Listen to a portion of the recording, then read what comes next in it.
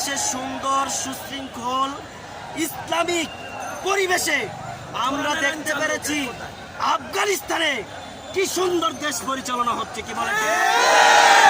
আমরা চাই সেই আফগানিস্তানের মতো সুন্দর সুশৃঙ্খল মানুষ যেন তার নিজস্ব স্বকীয়তায় চলাফেরা করতে পারে, ইসলামকে প্রাধান্য দিয়ে দেশ এবং জাতির সমস্ত স্তরের কল্যাণ হয়, সেইভাবে সুন্দর পরিচালনা করতে পারে ইনশাআল্লাহ ব্যবস্থা যেন হয়, সেজন্য আমরা জাতীয় সরকারের অধীনে নির্বাচন চাই।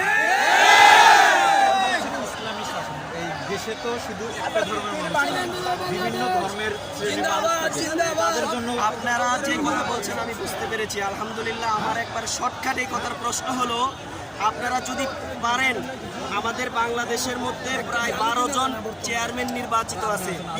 কতজন? 12 জন চেয়ারম্যান নির্বাচিত আছে। এই 12 জন চেয়ারম্যান নির্বাচিত যে সমস্ত জায়গাগুলো, ওই সমস্ত জায়গায় তাদের হিন্দু ধর্ম অবলম্বী এবং বৌদ্ধ ধর্ম অবলম্বী সমস্ত জাতিরা সেখানে বসবাস করে।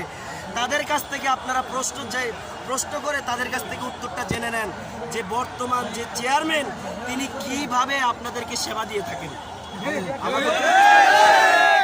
আপনারা চরমোনা ইউনিয়ন থেকে কয়েকজন হিন্দু আজকে সমাবেশে উপস্থিত হয়েছে, আপনারা জানেন কিনা জানি না। এরপরে দিয়া আপনার এই জাগুয়া ইউনিয়ন থেকে আমাদের অনেকগুলো হিন্দু আজকে সমাবেশে উপস্থিত হয়েছে। আপনারা ভিতরে যদি যান তাহলে অবশ্যই দেখতে পারবেন।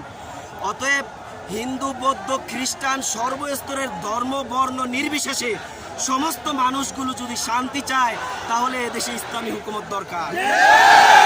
ইসলামী হুকুমতের কোনো বিকল্প কোনো রাস্তা নেই। আপনার শান্তি চান, দেশের শান্তি চান।